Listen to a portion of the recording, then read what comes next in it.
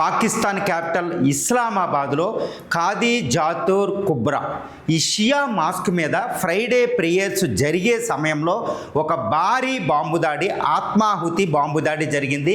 ఈ ఆత్మాహుతి బాంబు దాడికి యాసిర్ అనే పెషావర్కి చెందిన పాకిస్తాన్లో పెషావర్ సిటీకి చెందిన ఒక వ్యక్తి చేశాడని తెలుస్తుంది. ఈ వ్యక్తి వెనకాల ఎవరు ఏ తీవ్రవాద సంస్థ ఉందనేది ఇంకా ఎప్పటికీ ఎవరూ క్లెయిమ్ చేయలేదు. కానీ పాకిస్తాన్ వర్గాలు ఏం చెప్తున్నాయంటే దీని వెనకాల టీపీపీ తాలిబాన్ పాకిస్తాన్ తాలిబాన్ ఉంది. తెహ్రీక్ పాకిస్తాన్ తాలిబాన్ అంటే టీపీపీ అనేది ఒక తీవ్రవాద సంస్థగా పాకిస్తాన్ చెప్తుంది. ఇది ఆఫ్ఘనిస్తాన్ బేస్ చేసుకుని అక్కడ దాన్ని సేఫ్ హెవెన్గా తీసుకుని పాకిస్తాన్లో దాడులు పాల్పడుతుంది. ముఖ్యంగా పాకిస్తాన్ ఆర్మీని ఇది టార్గెట్ చేస్తుంది. ఇప్పుడు ఇది ఇస్లామాబాద్లో ఈ బాంబు దాడికి పాల్పడింది అనేది పాకిస్తాన్ చెప్తుంది. మళ్ళీ పాకిస్తాన్ ఇంకోటి అంటుంది దీని వెనకాల భారత హస్తం హస్తం research and analysis wing of India హస్తం ఉందనేది పాకిస్తాన్ ఆరోపిస్తుంది. భారతదేశం ఇప్పటివరకు దీన్ని తీవ్రంగా ఖండించింది. ఈ విచారం అంటే దీని బాంబు దాడికి ఎవరైతే చనిపోయారో వాళ్ళకి తరపున విచారం కూడా వ్యక్తం చేయడం జరిగింది. This is what the terrorism. దీన్ని ఎక్కడున్నా ఖండించాలి, దీన్ని ఎక్కడున్నా తుదముట్టించాలని భారతదేశం చెప్తుందన్నమాట. ఇక ఇస్లామాబాద్ బాంబు దాడికి వస్తే ఈ బాంబు దాడి వాళ్ళు ప్రేయర్లు అంటే మాస్కులో ముస్లింలు ముఖ్యంగా షియా ముస్లింలు వీళ్ళు అంటే పాకిస్తాన్లో 10 నుంచి 15% మైనారిటీగా ఉంటారు ఈ షియా ముస్లింలు. దీన్ని వీళ్ళని టార్గెట్గా చేసుకొని ఈ షియా మాస్క్లో బాంబు దాడి జరిగింది. ఈయన బాంబు దాడి చేసిన యాసిర్ లోపలికి ఎంటర్ అవ్వకపోతే సెక్యూరిటీ దళాలు ఆపడం జరిగింది. ఆపిన ఆయన తనకు తాను డిటోనేట్ చేసుకుని ఆ బాంబు దాడిలో తనకు తాను ఆత్మాహుతి దళంగా మారిపోయి ఫిదాయిన్గా మారిపోయి ఈ బాంబు దాడికి పాల్పడ్డాడు. అది చాలా అంటే పాకిస్తాన్లో ఒక భూకంపాన్ని క్రియేట్ చేసిందని చెప్పాలి. ముఖ్యంగా ఇస్లామాబాద్ క్యాపిటల్ ఎందుకంటే దాని యొక్క ట్రెమోర్స్ దాని యొక్క బాంబు ఎక్స్ప్లోజన్ ఈ పొగ ఆ ప్రాంతాన్ని కొన్ని కిలోమీటర్ల వరకు ఆవరించింది. భయోత్పాతం ఒక డెడ్లీ టెర్రరైజ్డ్ అట్మాస్ఫియర్ని అక్కడ క్రియేట్ చేసిందని ప్రజలు అక్కడ ఉన్న వర్గాలు చెప్తున్నాయి అనమాట. సెక్యూరిటీ ఫోర్సెస్ వెంటనే హై అలర్ట్ అవ్వడం, పాకిస్తానీ ప్రభుత్వం కూడా వెంటనే ఇస్లామాబాద్లో ఎమర్జెన్సీ ప్రకటించడం జరిగింది. మిగిలిన పాకిస్తాన్ అన్ని సిటీల్లో కూడా ఇప్పుడు ఎమర్జెన్సీ ఇంపోజ్ చేయడం జరిగింది. ఎయిర్పోర్ట్స్, రైల్వే స్టేషన్లు, బస్ స్టాండ్లు, పబ్లిక్ గవర్నమెంట్ ఇన్స్టాలేషన్స్, ప్రభుత్వ రంగ సంస్థలు అన్నిటికీ అక్కడ ఎమర్జెన్సీ ప్రకటించడం జరిగింది. పాకిస్తాన్ అంతా ఒక భయానకమైన ఒక సివిల్ వార్ సిచ్యువేషన్ అనేది ఉంది. ఆల్రెడీ ఇప్పుడు బలూచిస్తాన్లో తిరుగుబాటు, BLA తిరుగుబాటు, 11 సిటీస్ మీద అటాకులు చేయడం, నార్త్ వెస్టర్న్ ఫ్రాంటియర్ ప్రావిన్స్లో అటాకులు జరగడం, పంజాబ్ సింధుల్లో ప్రొటెస్టులు జరగడం ఇవన్నీ మనం చూస్తున్నాం. ఇంక్లూడ్ POKలో కూడా జరుగుతుంది. ఇప్పుడు ఇస్లామాబాద్ ఒక రాజధాని నగరాన్నే టార్గెట్ చేసుకుని ఇంత భయానకమైన బాంబు దాడి అంటే 2008 మారియట్ హోటల్లో జరిగిన బాంబు దాడి తర్వాత అంటే 2008 తర్వాత జరిగిన అతి భయంకరమైన దాడిగా ఈరోజు పాకిస్తాన్లో దీన్ని డిస్క్రైబ్ చేయొచ్చు అనమాట. ఇప్పుడు పాకిస్తాన్లో ఒక అంతర్యుద్ధ పరిస్థితి ఉంది, భయానకమైన సిచ్యువేషన్ ఉంది. ఆర్మీ కంట్రోల్లో పాకిస్తాన్ లేదని తెలుస్తుంది. ప్రభుత్వ యంత్రాంగం పూర్తిగా విఫలమైనట్టు తెలుస్తుంది.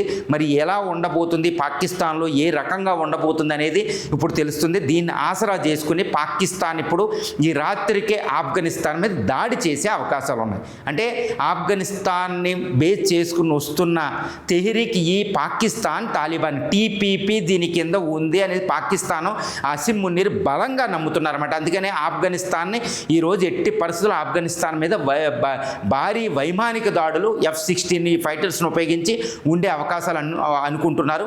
మరి తాలిబాన్ దీనికి సంసిద్ధం అంటే తాలిబాన్కి ఏంటంటే పాకిస్తాన్ పంపించే F-16 బాంబర్స్ని J-10 JF లాంటి థండర్ ఫైటర్స్ని తట్టుకునే వైమానిక ఎయిర్ డిఫెన్స్ సిస్టమ్ లేదు. ఎయిర్ గన్లు మాత్రమే దాని దగ్గర ఉంటాయి. కానీ అదేంటంటే ఒకవేళ పాకిస్తాన్ వాళ్ళ మీద అటాక్ చేస్తే జోరాన్ లైన్ వెంబడి వాళ్ళు కూడా పాకిస్తాన్ మీద అటాక్ చేయడానికి తాలిబాన్ కూడా సిద్ధంగా ఉంది, తాలిబాన్ ప్రభుత్వం ఆఫ్ఘనిస్తాన్లో. కాబట్టి ఇప్పుడు ఈ అటాక్ అంటే ఇస్లామాబాదు షియా మాస్లో జరిగిన ఈ ఫిదాయిన్ అటాక్, ఈ ఆత్మాహుతి దాడి అనేది ఇప్పుడు ఆఫ్ఘనిస్తాన్ పాకిస్తాన్ మధ్య ఒక భారీ యుద్ధానికి దారి తీయొచ్చు. అంతకుముందు కూడా ఈ అటాక్ జరిగితే భారీ యుద్ధం జరిగితే ఆ యుద్ధం శాంతి చర్చల వల్ల ఆగింది. UAE, ఖతారు ఈ దేశాలు మీడియేషన్ చేయడం వల్ల. కానీ ఇప్పుడు ప్రస్తుతం అవి ఏంటంటే అక్కడ ఇరాన్ అమెరికా యుద్ధంలో ఆ కంట్రీలు బిజీ అయి ఉన్నాయి. కానీ ఇప్పుడు TPP చేసిన ఈ అటాక్ అంటే TPPయే దీని వెనకాల ఉందని అసిమ్ మునీర్ నమ్ముతున్నారు. కాబట్టి అసిమ్ మునీర్ ఎట్టి పరిస్థితుల్లో ఆఫ్ఘనిస్తాన్కి ఆ వర్గానికి తుదముట్టించడానికి అటాక్ జరిగే అవకాశాలు ఉన్నాయి. మరి ఈ రీజనల్ వారు ఇది ఎంత వరకు వెళ్తుందో చూడాలి. మళ్ళీ బలూచిస్తాన్లో కూడా ఇదే అదనంగా బలూచిస్తాన్ తీవ్రవాదులు కూడా రెచ్చిపోయే అవకాశం ఉంది.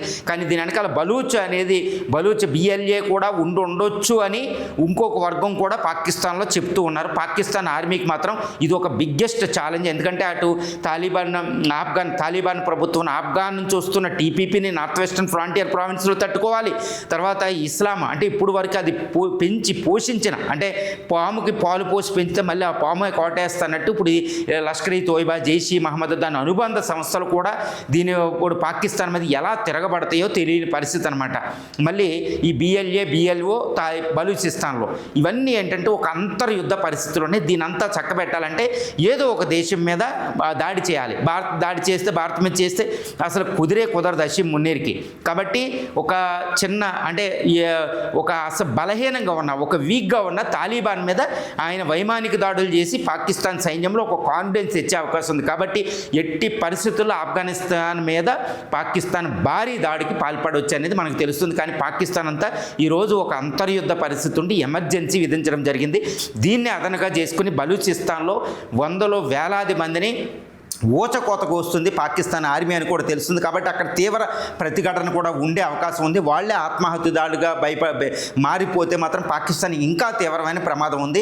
పాకిస్తాన్ అంతర్జాతీయంగా కూడా దానికి ఎటువంటి దాని పరువు ప్రతిష్టలు కోల్పోతుంది. ఎందుకంటే లోన్లు, అప్పులు తెచ్చుకుని పాకిస్తాన్ ఎకానమీ రన్ అవుతుంది. పాకిస్తాన్లో గ్రోత్ రేటు కూడా 3%కి పడిపోయింది. ద్రవ్యోళ బలం ఎక్కువైపోయింది. కూరగాయలు ఆహారపు కొరత అక్కడ ఉంది. మరి ఈ పాకిస్తాన్ ఆర్మీ అసీం మున్నీర్కి ఎలా రన్ చేస్తారు కంట్రీ? అందుకని ఆయన డైరెక్ట్గా ఆర్మీ తిరుగుబాటుదారు రాకుండా రాజ్యాంగం అంటే అక్కడ ఉన్న ప్రజాప్రభుత్వం మీద ఒత్తిడి తీసుకొచ్చి, ప్రెషర్ తీసుకొచ్చి రాజ్యాంగ సవరణ చట్టం ద్వారా ఆయన వచ్చేసాడు.